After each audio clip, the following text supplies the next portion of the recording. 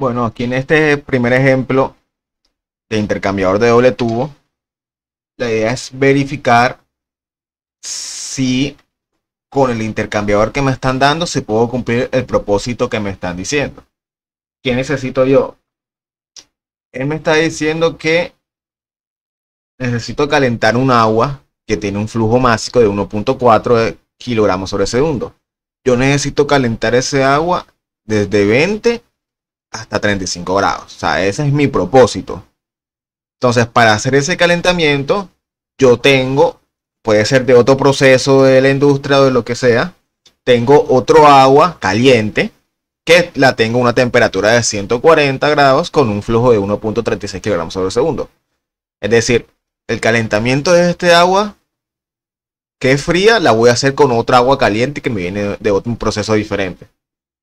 Entonces, tengo que ver cómo lograr ese aumento de temperatura. Entonces, se escoge de un fabricante.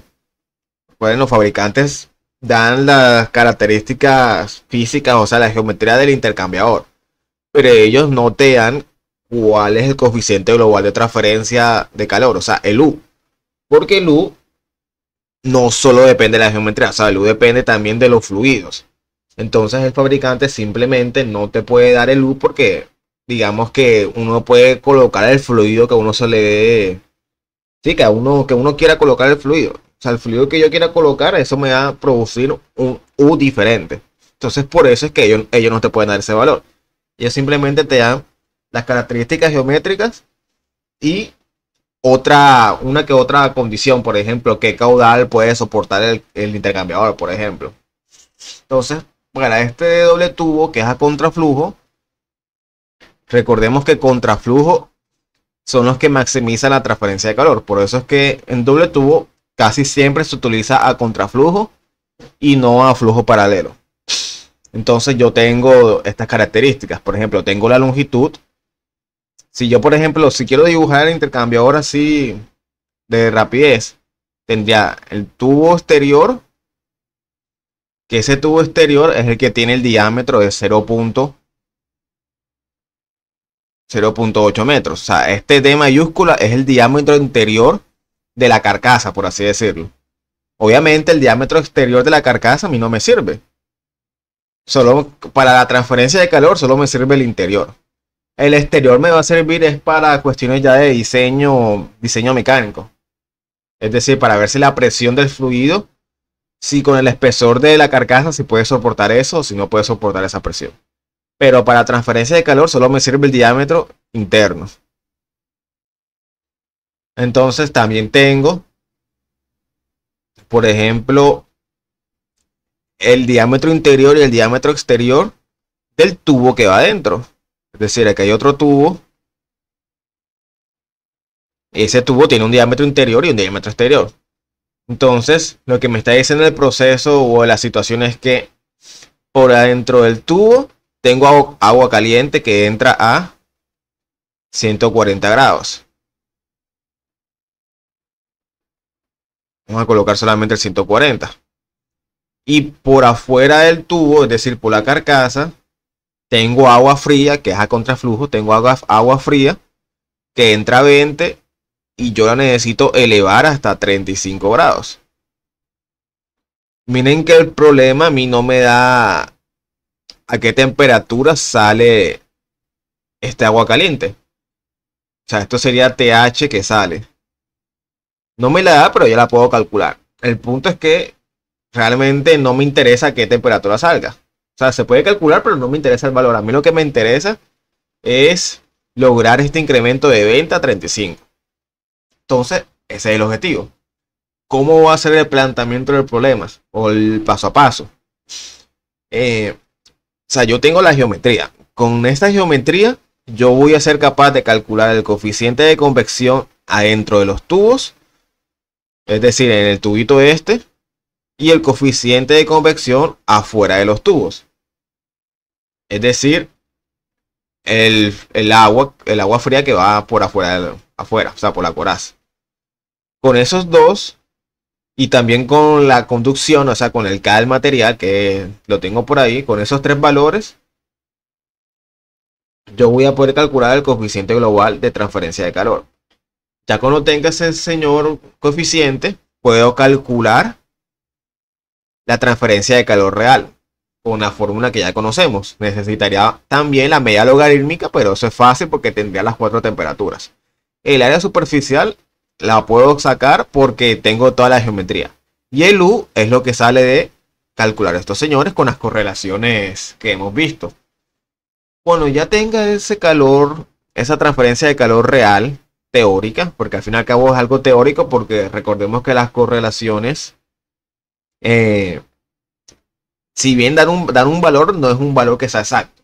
Es decir, yo cuando construya, si yo pongo este intercambiador en la vida real con los fluidos, el U no me va a ser, no va a ser, o sea, no va a ser el mismo que en los cálculos, pero sí va a ser lo suficientemente aproximado. Entonces, cuando ya tenga ese calor real teórico, después puedo calcular con esta fórmula, que es el balance de energía en el agua fría, a qué temperatura saldría el agua fría, despejando este valor que puse en azul. Ya si cuando yo lo despeje, si me da un valor superior a 35, pues estaría bien. Si me da un valor menor a 35, entonces ya eso me quiere decir que el intercambiador no me sirve. Entonces, eso es lo que tengo que verificar. Y eso es lo que vamos a hacer paso a paso. Entonces, vamos a empezar. Entonces, ¿qué se hace primero? Bueno, yo inicialmente no conozco este TH que sale. Yo no lo conozco. Me lo voy a llevar por acá porque yo todavía no lo conozco. Yo solo sé la temperatura que entra el agua fría, a la que sale y a qué temperatura entra el agua caliente. Y tengo los flujos máximos de ambas corrientes. Entonces, yo primero quiero calcular este TH que sale, que todavía no lo conozco. Lo voy a calcular. Para hacer eso, es un balance de energía. Es decir, todo el calor que está recibiendo el agua fría vino del el fluido caliente. Es decir, si yo calculo la transferencia de calor del agua fría, ese va a ser la misma para el agua caliente y con base en eso puedo calcular su temperatura de salida. Como hemos visto en los ejemplos del quiz, por ejemplo. Entonces, yo necesito esta fórmula, el balance de energía en el agua fría. No, el CP lo necesito sacar. Lo saco a la propiedad, a la temperatura promedio. Entra a 20, sale a 35.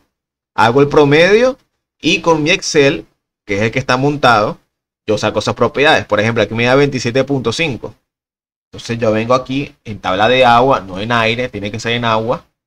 Pongo 27.5. Me salen estas propiedades que son las que están acá. 996 para la densidad, 4179 para el calor específico, etc. Entonces, ese calor específico que me dio la temperatura promedio es el que uso para sacar la transferencia de calor. La transferencia de calor del intercambiador. Entonces, listo. Ya me dio ese valor. Entonces, en teoría, si no hay pérdidas hacia el exterior, este calor se transfiere al caliente. Es el calor que está cediendo el agua caliente, ¿verdad? Entonces, ahora voy a mi balance en el agua caliente. Aquí lo tengo. Digamos, ¿cuál es el diminuto problema? Que, bueno, ya lo conozco el Q, el flujo másico lo conozco. Tengo la temperatura de entrada y la temperatura de salida, lo que quiero calcular. El CP no lo tengo. Y digamos que tampoco puedo evaluarlo a una temperatura promedio porque yo todavía no sé a qué temperatura sale. Entonces por eso no puedo calcular una temperatura promedio. Entonces uno que hace usualmente, yo asumo una temperatura. Por ejemplo, voy a poner que sale a 130. Es, digamos, puede ser lógico. ¿Por qué? Porque ambos flujos másicos son similares. Entonces, si este subió, y comamos un agua, si este subió 15 grados, y dado que los flujos másicos son casi similares, en teoría este 140 debería disminuir 15 grados, es decir, 125. Sería lo más lógico. Yo, sin embargo, estoy poniendo 130. Entonces, con ese 130, saco mi temperatura promedio, es decir, 140 más 130 entre 2. me da el 135 que ven acá. Con ese 135 voy a mi Excel, pongo 135 y cojo el CP, 4273. Es este valor que ven acá. Ahora sí, con ese valor voy a despejar mi TH de salida, que es lo que yo quiero hacer. Lo despejo y reemplazo los valores. Miren que aquí este CP es el que coloca acá. Este calor que calcula acá es el que va acá. La temperatura 140 es la que me da aquí. Y este flujo másico pues me lo da el problema. Entonces ya yo ahí calculo mi temperatura de salida.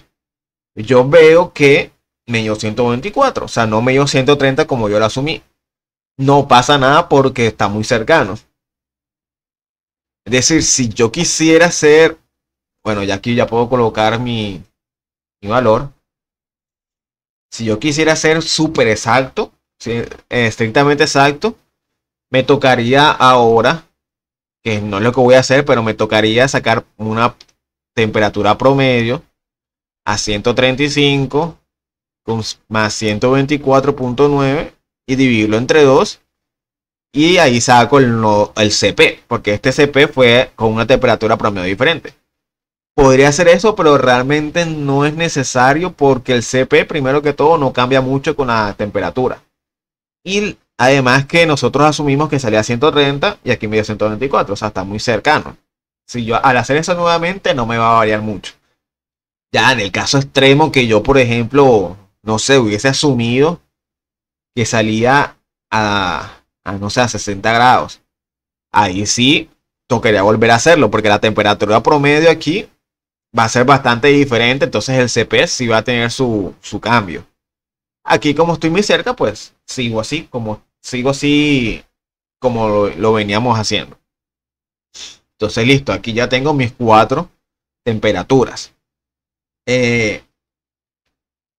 A partir de aquí, bueno, entre otras cosas, nosotros vimos el método de la diferencia de temperatura media logarítmica y vimos el método NTU.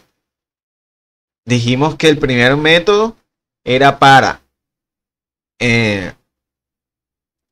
con las temperaturas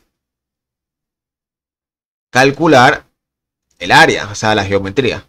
Y el otro era con el área calcular las temperaturas de salida.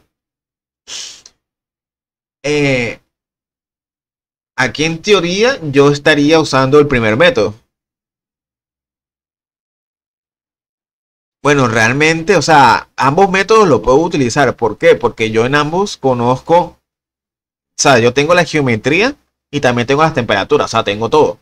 El punto es que en ningún método, o sea, independientemente del método, yo necesito calcular el coeficiente global U, que es lo que se diferencia a los ejercicios pasados, que el U siempre se les daba. Aquí ya no sirve. O sea, no puedo aplicar ninguno de estos dos porque sencillamente no tengo luz. Eso es lo que estamos haciendo ahora mismo. Vamos a ir, bueno, es lo que vamos a empezar apenas. Vamos a empezar a calcular los coeficientes de convección y después el U. Entonces seguimos avanzando. Tercer paso. Vamos a empezar por esto que vemos aquí. Solo fue para calcular la temperatura de salida del agua caliente. Más nada. Aquí ahora sí. Vamos a empezar el análisis por la convección interna dentro de los tubos.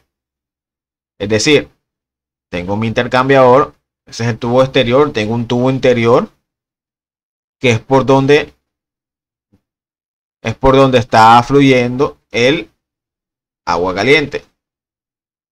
Yo sé que entra agua caliente a 140 y sale a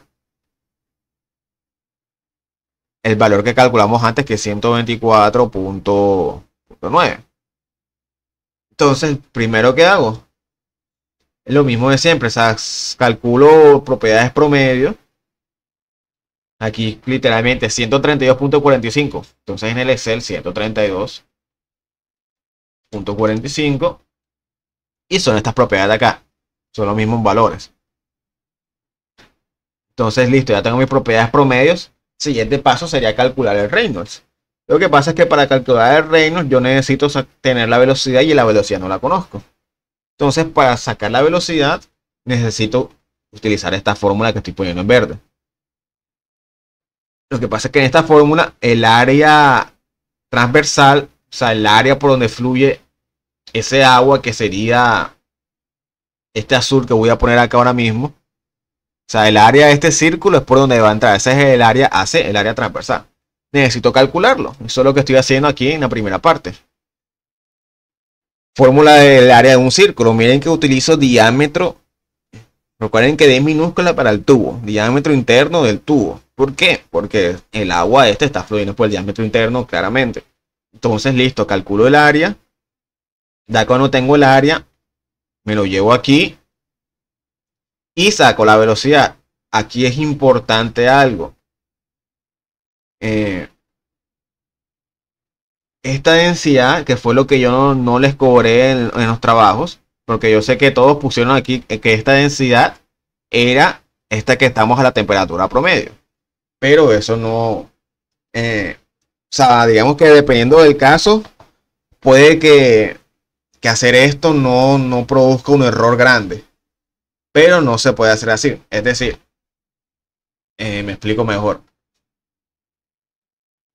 Por aquí va fluyendo agua, ¿verdad? O sea, agua entra con un flujo másico y tiene que salir con el mismo flujo másico porque no se está perdiendo agua. Entonces, ese flujo másico, para calcularlo aquí, tiene que ser con la densidad en la entrada. O sea, no puede ser con una densidad promedio. Tiene que ser con la densidad en la entrada porque de otra forma, si la calcula con el promedio, me estoy diciendo que el flujo másico va a ir variando y no es así. Entonces, por eso es que esta densidad se evalúa a la temperatura de entrada, es decir, 140. Si yo aquí en mi Excel pongo 140, me da el 925.8 que ven aquí. Esa es la densidad que voy a colocar aquí, en este punto. Entonces, listo, me da este valor. Esto también me está diciendo... Bueno, sí, podemos, seguimos así. Así está bien. Ahora, ya cuando tengo esa velocidad, bueno, y de forma como les dije, a veces si yo coloco la densidad promedio, o sea, 932, miren que la diferencia en este caso no es mucha.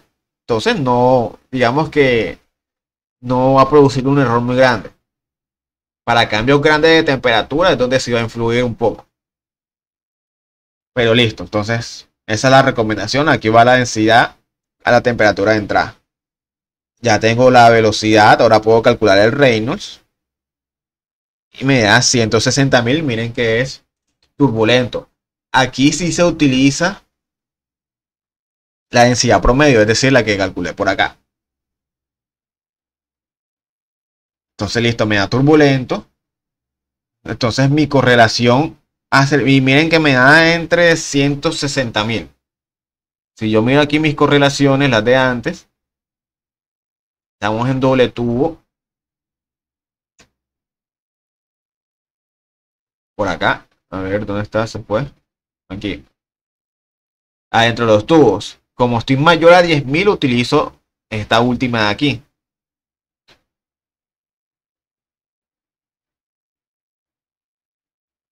Vamos por aquí. Listo. Entonces, listo. Ya tengo el Reynolds, el Prandtl lo tengo a la temperatura promedio, ya lo tengo. No tengo el Phi. El Phi, recuerden que es el resultado de dividir el Prandtl sobre, o sea, el Prandtl que tenemos aquí en 1.30 sobre el Prandtl, pero evaluado a la temperatura de la superficie, es decir, la temperatura de este tubo. ¿Qué pasa? Esa temperatura pues va variando, no es la misma. O sea, en cada punto que estoy dibujando, esa temperatura superficial va variando. Entonces, con esta fórmula que ven acá, estoy calculando como una temperatura superficial promedio. O sea, es una estimación. Es una estimación. Para calcular eso, simplemente tengo que promediar las cuatro temperaturas. Es decir, promediar los promedios de la temperatura del flujo caliente con el flujo frío. La del caliente es la que está aquí, miren, 132.45. Y la del frío fue la que sacamos antes, que fue 27.5 para el agua fría. 27.5. Hago eso y me da 80 aproximadamente. Es decir, esta va a ser más o menos la temperatura del tubo. la temperatura superficial del tubo. Entonces, a esa temperatura saco el Prandtl. Entonces aquí vengo a mi calculadora, coloco el 80 y me voy el Prandtl al 2.22, que es el que sale aquí.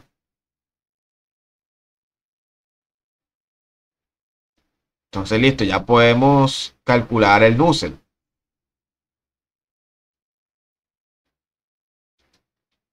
Entonces listo, ya tengo el Prandtl que es 1.30, aquí lo tenía 1.30 y el Prandtl S es 2.20.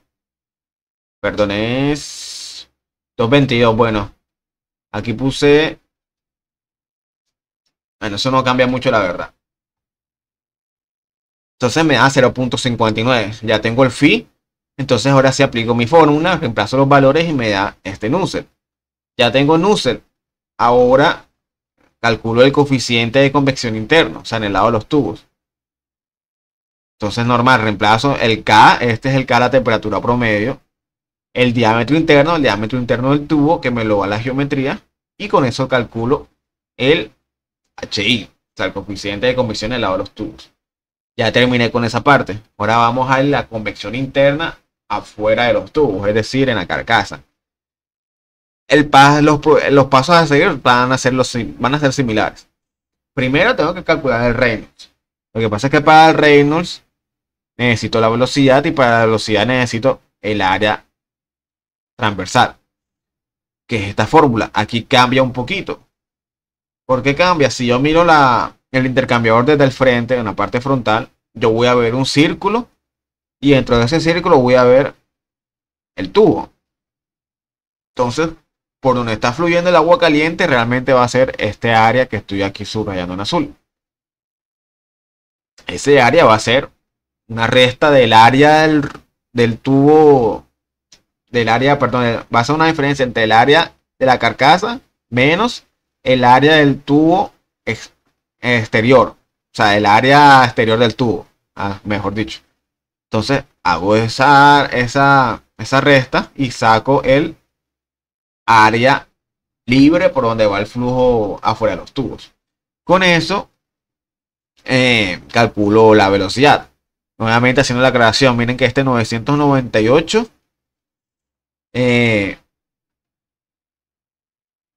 bueno, aquí estamos para el agua fría. Deje borro esto un momentico. Para el agua fría yo tenía estas propiedades de acá. A ver si me puedo llevar esta tabla.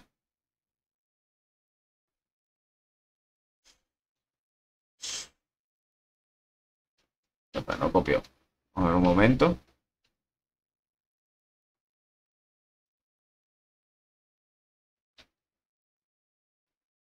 Bueno, ya la tenías esta de acá arriba, ok.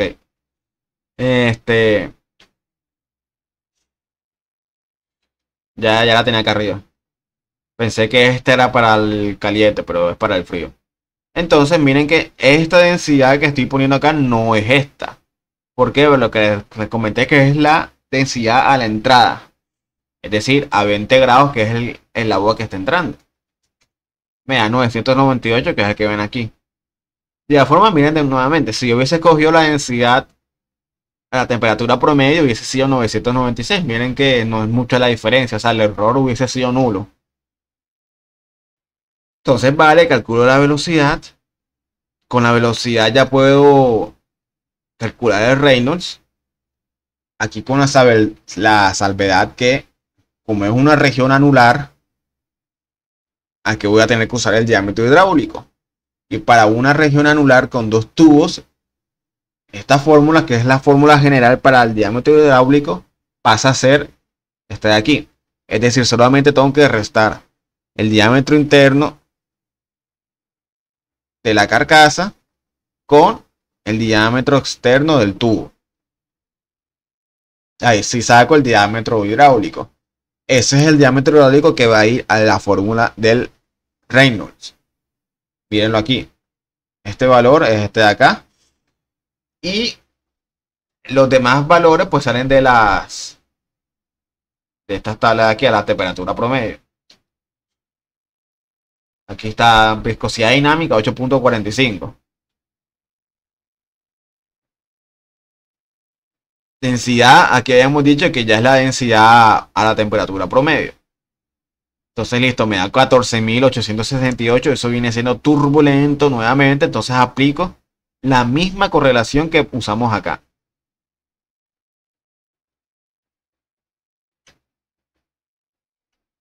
Entonces, listo, reemplazo valores. El reino lo reemplazo, el pranda lo reemplazo.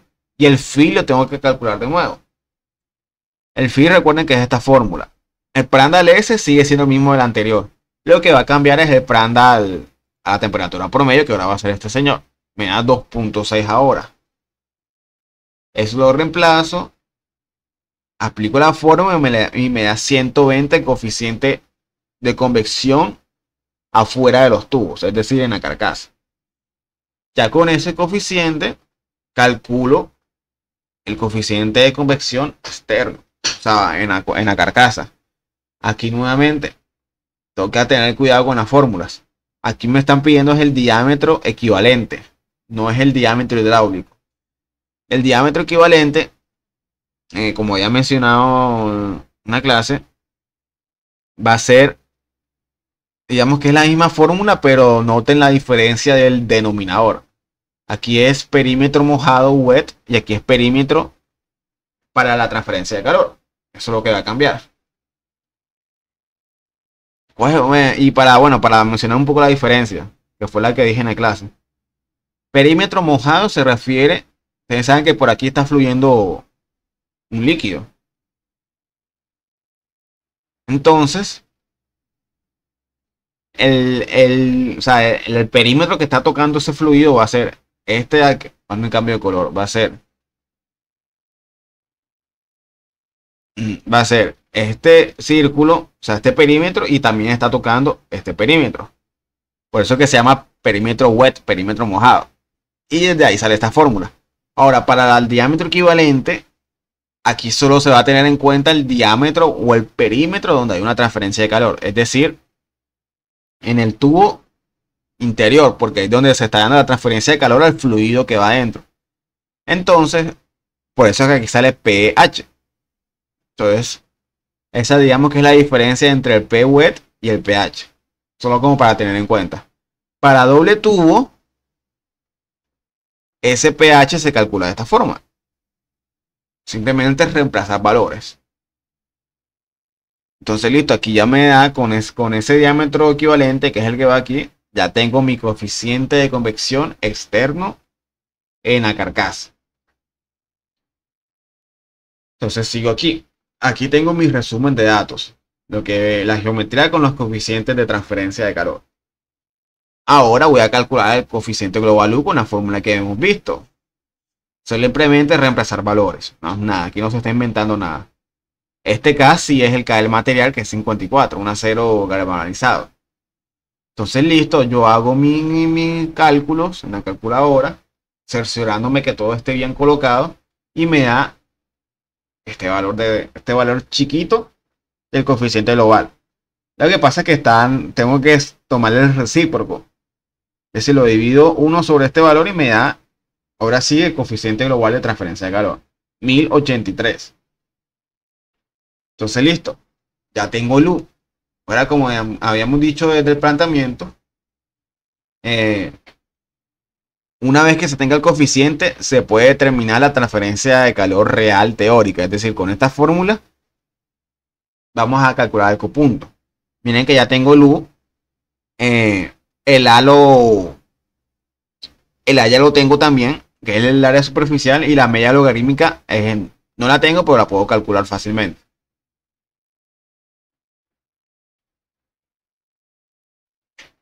Entonces, bueno, esto fue lo que estamos viendo. Primero calculo la media logarítmica. O sea, ya saben, diferencia de estos dos con diferencia de estos dos. Me da 104.95. Ahora, recuerden que la idea es aplicar esta fórmula. Ya tengo el U, el A lo estoy calculando aquí. Miren que el A es con base en el diámetro exterior del tubo. Entonces, listo, ya tengo el A. La longitud, recuerden que me la dio el fabricante. Entonces calculo el área de transferencia de calor basado en el diámetro exterior del tubo. Ya tengo eso. Entonces ahora sí calculo con esta fórmula la tasa de calor. me da 75.357. Entonces, esa digamos que es la transferencia de calor teórica. Sí, teórica real. Con base en esto, o sea, esta es la que es con base en la geometría que me dio el fabricante. Ahora, con base en eso, voy a ver a qué temperatura saldría el agua fría. Saco con su balance. Aquí despejo TC que sale. Voy reemplazando y me da 32 grados. Entonces, conclusión. El intercambiador no me va a servir. Porque yo necesito que esto llegue a una temperatura de 35. Y aquí tengo 32. Si por alguna X, Y, Z razón yo pudiese aumentar la longitud de los tubos. Pues recuerden que aquí utilizamos 3.5. Yo de pronto si hubiese colocado a 4 metros. Ahí sí ya me hubiese dado por aquí 31 o 32. Pero lo que pasa es que, o sea, cuando uno compra el intercambiador, ya el intercambiador viene así. Con esa longitud yo no se la puedo cambiar como yo quiera.